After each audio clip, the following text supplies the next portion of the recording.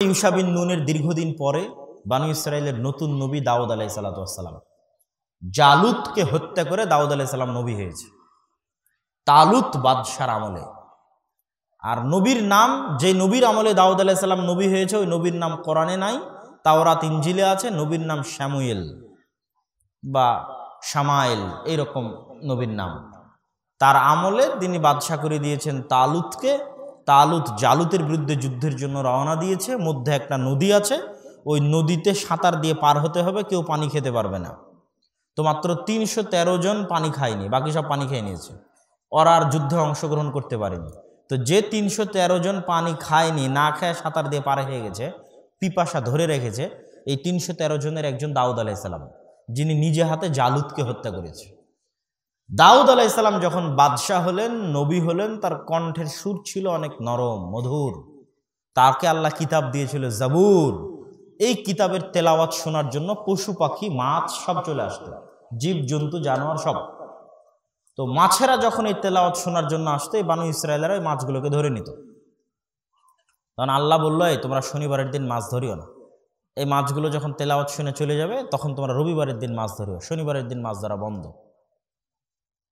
এই বানু ইসরায়েলেরা তখন কি করলো, এরা শনিবারের দিন মাছ ধরলো না ঠিকই, শনিবারের দিন যে মাছগুলো আসতো নদীর ধারে, এগুলোকে বানা দিয়ে, বেড়া দিয়ে, ঠিক আছে, জাল দিয়ে ঘিরে রেখে দিত। যে শনিবার পার হয়ে গেলে এবার যখন রবিবার আসতো, তখন রবিবারের দিন এরা মাছগুলোকে ধরত। তখন আল্লাহ এদের এক দলকে শূকর আর বানরে পরিণত করে দিয়েছিলেন। উম্মতে মুহাম্মাদিরও একদল মানুষ শূকর আর বানরে পরিণত হবে। শূকর বানর কেন? মানুষের ডিএনএর সাথে শূকর আর বানরের ডিএনএ সবচেয়ে বেশি মিলে। তো বিজ্ঞানীরা বুঝেছে উল্টা। বিজ্ঞানীরা মনে করেছে এই 2 ডিএনএ মিল আছে, তাই মনে হয় আমরা বানর থেকে এসেছি। না, 2 ডিএনএ মিল আছে মানে মানুষ একদিন বানর হয়ে যাবে, যেটা আল্লাহর নবী হাদিসে বলেছে। মানুষ থাকা অবস্থায় আর দ্বিতীয় কোনো প্রাণীতে রূপান্তর হতে চাইলে মানুষের হরমোনের মধ্যে কিছু পরিবর্তন আনলেই মানুষ বানর হয়ে যেতে পারে অথবা শূকর হয়ে যেতে পারে। এই জন্য অতি সহজেই মানুষকে বানর বানিয়ে দেওয়া সম্ভব, মানুষকে শূকর বানিয়ে দেওয়া সম্ভব। কিন্তু মানুষ বানর থেকে এসেছে, এটা ভুয়া। বরং মানুষ বানর হয়ে যাবে আল্লাহর আযাবে, আল্লাহর গজবে, যেমন বানু ইসরায়েলরা হয়ে গেছিল। তাহলে এতগুলো বর্ণনা দিলাম আপনাদেরকে বানু ইসরায়েলের। এবার উত্তর, আমরা কেমনে বানু ইসরায়েল হয়ে গেছি। এই বানু ইসরায়েলেরা যেমন শঠতা করত, মুনাফিকি করত, প্রত্যেক ধাপে ধাপে নবীর সাথে, আজকের মুসলমানদের কাছে সব আছে। মসজিদে গেলে নামাজি পাবেন, মুসল্লি পাবেন, মাদ্রাসায় গেলে ইমাম পাবেন, হুজুর পাবেন, সালাত, সিয়াম, হজ, জাকাত সবই আছে। এখানেও আপনারা যতজন উপস্থিত, আমার ধারণা আমি সহ, আপনারা সহ সকলের মধ্যে সালাতও আছে, সিয়ামও আছে, হজও আছে, জাকাতও আছে। কোন জিনিসটা নাই? যেই জিনিসটা বানু ইসরাইল হারিয়ে ফেলেছিল, সেই জিনিসটা হচ্ছে সততা, আমানতদারিতা, ন্যায় পরায়ণতা। সততা হারিয়ে ফেলেছিল, মিথ্যা বলতো, মিথ্যা, মুনাফিক, 24 ঘন্টা মিথ্যা। মুখে বলে একটা, করে একটা, বলে একটা, করে একটা, মুনাফিক, মিথ্যুক। আমানতদারিতা নাই, সততা নাই, ন্যায় পরায়ণতা নাই। তো আজকে আপনি মাদ্রাসায় যান, মাদ্রাসাতে সব আছে, সব ছাত্ররা নামাজ পড়তেছে, রোজা রাখতেছে, ঠিক আছে, কি নাই? সততা নাই, আমানতদারিতা নাই, ন্যায় পরায়ণতা নাই। হুজুরও মিথ্যুক, ছাত্রও মিথ্যুক, সব 24 ঘন্টা মিথ্যা বলে। মসজিদে যান, মসজিদের নামাজ হচ্ছে, সবই হচ্ছে। মসজিদে কি নাই? মসজিদের ক্যাশিয়ার বলেন, ইমাম বলেন, কারো আমানত নাই, আমানতদারিতা নাই, সত্যবাদিতা নাই।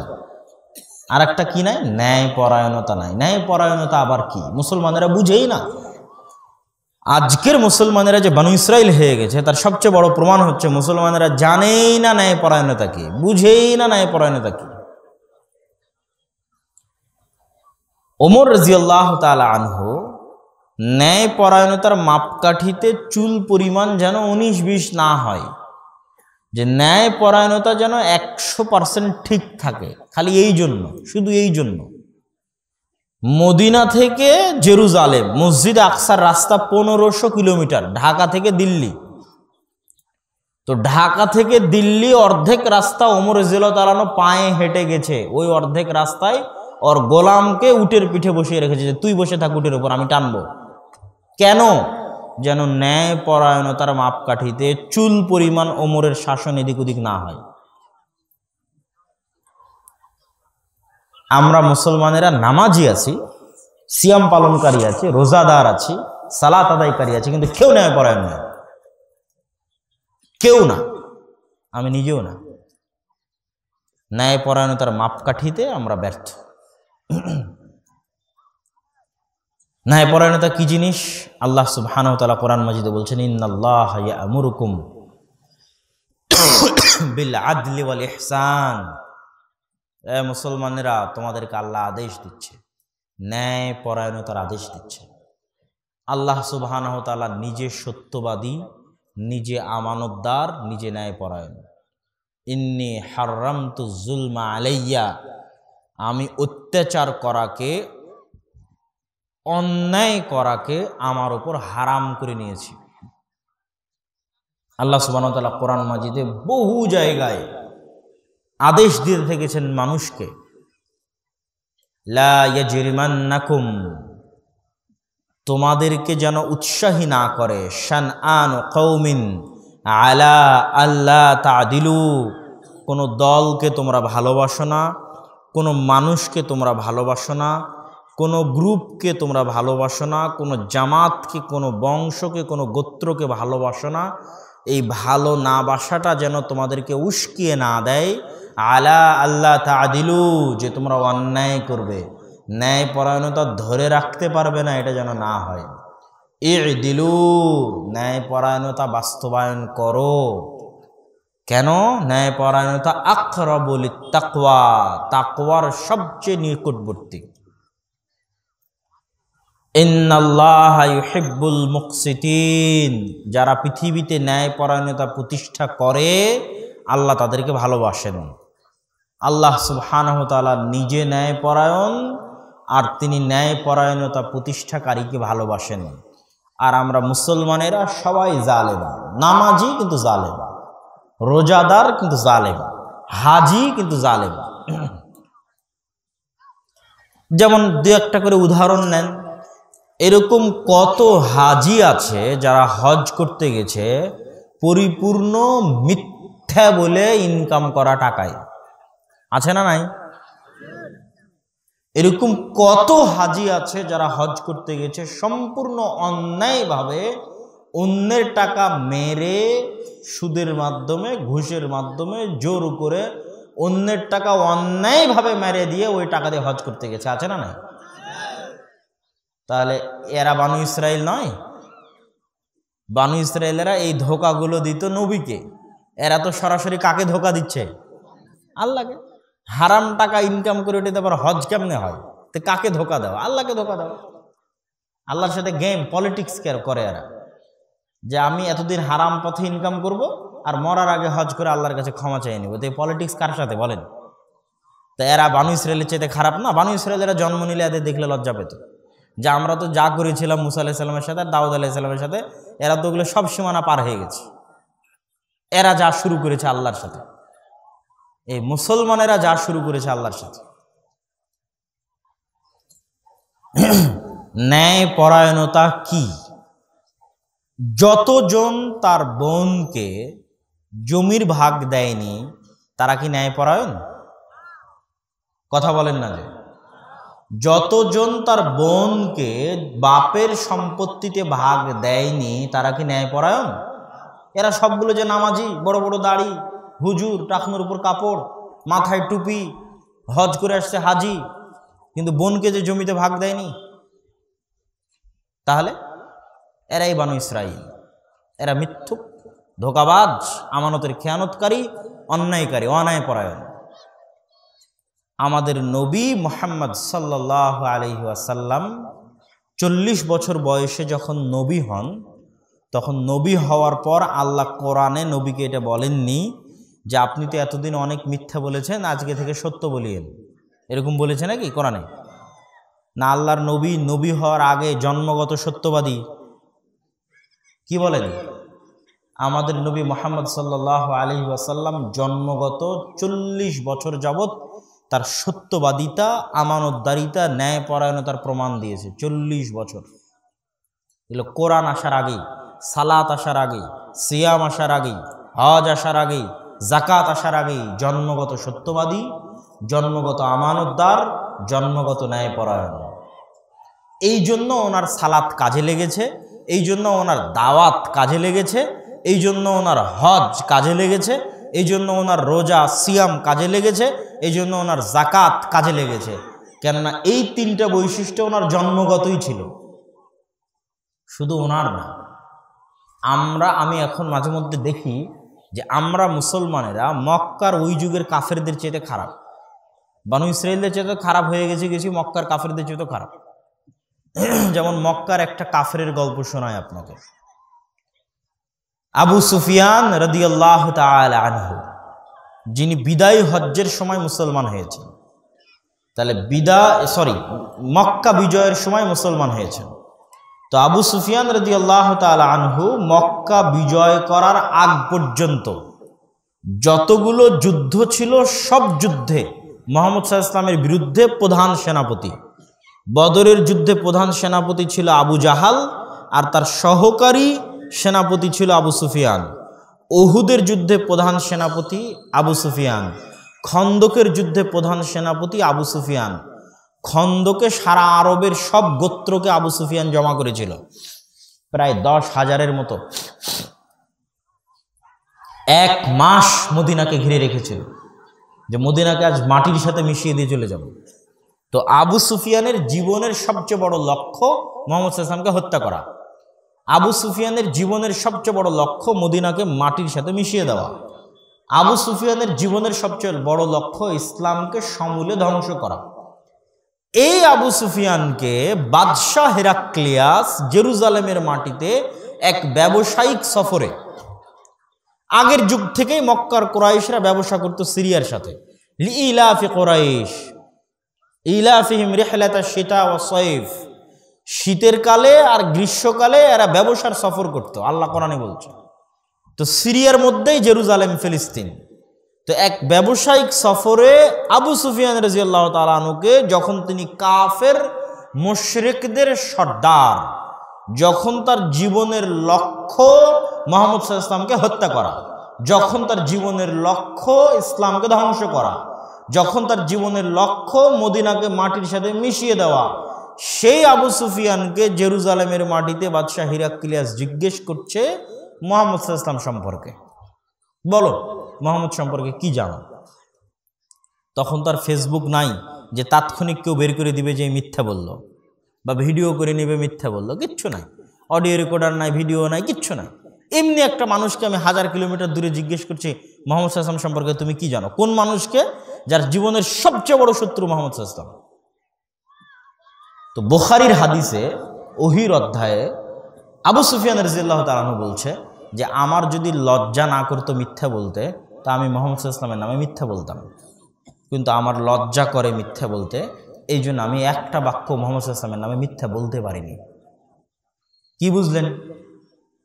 আর এখন আপনার এলাকার একটা বিএনপির নেতাকে এক আওয়ামী লীগের নেতার বিরুদ্ধে বলতে বলেন, আর এক আওয়ামী লীগের নেতাকে আর এক বিএনপির নেতার বিরুদ্ধে বলতে বলেন, যে যার দলের বিরুদ্ধে যত বেশি মিথ্যা বলতে পারবে তত তাড়াতাড়ি পদ পাবে। হ্যাঁ, আবার নামাজি, আবার মুসলমান, আবার রোজাদার। এরাই তো বানু ইসরাইল এই যুগের। সবাই তো মিথ্যুক, আলেম মিথ্যুক, হুজুর মিথ্যুক, ইমাম মিথ্যুক, জনগণ মিথ্যুক, সবাই মিথ্যুক।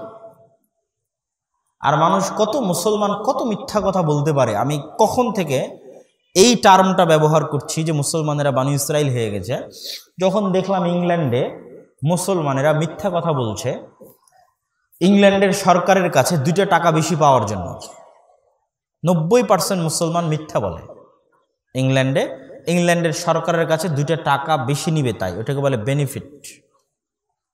তখন আমি আশ্চর্য হলাম যে এরা মুসলমান, নামাজ পড়ছে, মসজিদে যাচ্ছে, কিন্তু এরা একটা ইহুদি খ্রিস্টানের কাছে টাকা নিবে তাই মিথ্যা বলছে, বেশি করে টাকা নিবে তাই, 2 টাকা বেশি পাবে তাই মিথ্যা বলছে। অথচ আবু সুফিয়ান কাফের মুশরিক, তাও মিথ্যা বলেনি। তাহলে তো এরাই বানু ইসরাইল। এই জন্য তো আল্লাহ কোরআনে বানু ইসরাইলের ঘটনা উল্লেখ করেছে যে এরা একদিন বানু ইসরাইলের মতো হয়ে যাবে, এদের মতো মুনাফিক হয়ে যাবে, এদের মতো ধোঁকাবাজ হয়ে যাবে।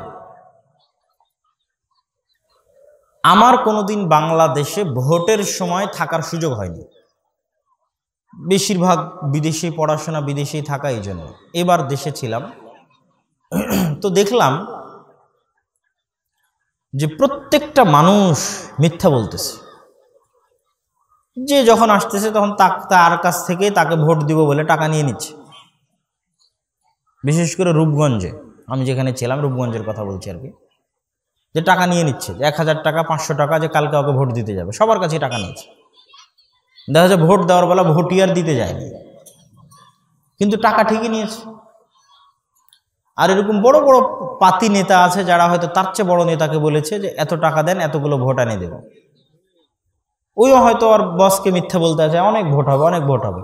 যখন ভোট আর পড়েনি তখন বলছে আর 2 নম্বরই করেছে, নেতাকে বুঝাচ্ছে। এরা সবই তো মুসলমান, সবই এরা নামাজ পড়তে যাচ্ছে, রোজা করছে, আবার হজও করতে যাচ্ছে। তাহলে এরা 24 ঘন্টা মিথ্যা বলছে কেমনে, কিভাবে? তখন আমার যেটা ব্রেনে আসলো যে মুসলমানরা ইসলামকে জানতেই শিখেনি, বুঝতেই শিখেনি। এরা মনে করে নিয়েছে ইসলাম মানে বাহ্যিক কিছু ইবাদত, যেটা দিয়ে আমরা আল্লাহকে ধোকা দিব, মানুষকে ধোকা দেব। আল্লাহর সাথে পলিটিক্স করব, মানুষের সাথে পলিটিক্স করব।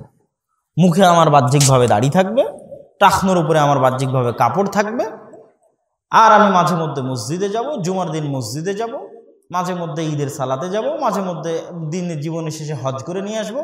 মানুষকে দেখাবো আমি কত ভালো, আল্লাহকেও দেখাবো আমি কত ভালো। আর ভিতরে ভিতরে মিথ্যুক, ধোকাবাজ, আমানতের খেয়ানতকারী, অন্যায়পরায়ণ, অন্যায়কারী, জালেম। তখন আমি বুঝলাম যে মুসলমানেরা জানেই না ইসলাম কাকে বলে। ইসলাম কি?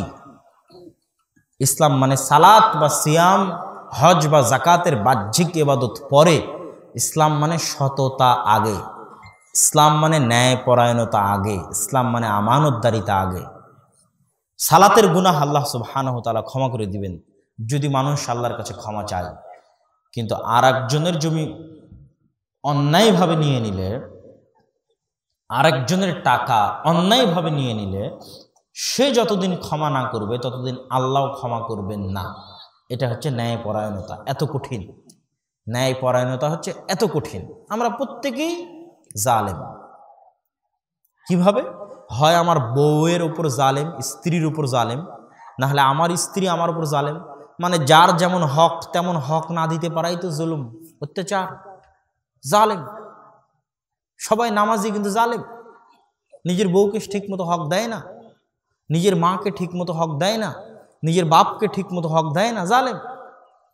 বড়, অনেক বড় নামাজি, অনেক বড় হাজি, অনেক বড় রোজাদার। তাহলে আমরা জালেম। হয় আমার বউয়ের উপর জালেম, স্ত্রীর উপর জালেম, না হয় আমার মায়ের উপর জালেম, না হয় আমার বাপের উপর জালেম, না হয় আমার পাড়া প্রতিবেশীর উপর জালেম, না হয় আমার আপন ভাইয়ের উপরে জালেম। আমরা জীবনের প্রত্যেক পদক্ষেপে মানুষের সাথে জুলুম করতেছি। সমস্যা নেই। সম্মানিত উপস্থিতি, তো আমি আপনাদেরকে এতক্ষণ যাবৎ শোনালাম যে আজকের যুগের মুসলমানেরা এই যুগের বানু ইসরাইল। তো যেহেতু এরা এই যুগের বানু ইসরাইল হয়ে গেছে, তো এই যুগের ফেরাউনেরা এদেরকে জবাই করবে না? কথা মনে আমার বুঝতে পারেননি? ফেরাউনেরা জবাই করবে না? করবে না? করবে। তো আজকের যুগের যারা ফেরাউন, তারা ফিলিস্তিনে দেখাচ্ছে গোটা দুনিয়ার মানুষের সামনে, বিবিসি, CNN, আল জাজিরা, গোটা দুনিয়ার মানুষের সামনে, লক্ষ কোটি টিভি ক্যামেরার সামনে এখন পর্যন্ত 30,000-এর কাছাকাছি মুসলমানকে চোখের সামনে হত্যা করেছে। দুনিয়ার সব মানুষ দেখতেছে। আর এখন আধুনিক যুগ হওয়াতে আরো বেশি দেখতেছে। এরকম ইনস্টাগ্রামে অসংখ্য হাজারো ভিডিও আছে যে কোনো ছেলে দেখাচ্ছে যে 7 দিন আগে সে তার বোনের সাথে ভিডিও দিত ইনস্টাগ্রামে, আর আজকে দেখাচ্ছে এই দেখো আমার বোনের লাশ, এ দেখো আমার বোনের কবর, আমার বোন মরে গেছে। 10 দিন পরে ওর বাপের সাথে ভিডিও দেখাচ্ছে, তার 10 দিন পর দেখাচ্ছে এই দেখো আমার বাপ মরে গেল, এই দেখো আমার বাপের কবর। এই গোটা দুনিয়ার মানুষ দেখতেছে, গোটা দুনিয়ার চোখের সামনে হত্যা করা হচ্ছে, জবাই করা হচ্ছে। তো এটা তো ওটাই যেটা আল্লাহ কোরআনে বলছে, ইযাববিহুনা আবনাকুম ওয়া ইস্তাহিয়ুনা নিসাকুম। জানো বানু ইসরাইল ফেরাউন কে ছিল? ফেরাউন তোমাদের ছেলে সন্তানদের তোমাদের চোখের সামনে জবাই করত। তো আমি বলবো এই যে এই যুগের বানু ইসরাইলেরা, মানে মুসলমানেরা, তোমরা হচ্ছে এই যুগের বানু ইসরাইল, আমরা হচ্ছে এই যুগের বানু ইসরাইল। দেখো তোমাদের ছেলে মেয়েদেরকে চোখের সামনে জবাই করা হচ্ছে, এটা হচ্ছে তোমাদের দাম। কেন? তোমরা স্বভাবে চরিত্রে বানু ইসরাইল হয়ে গেছো।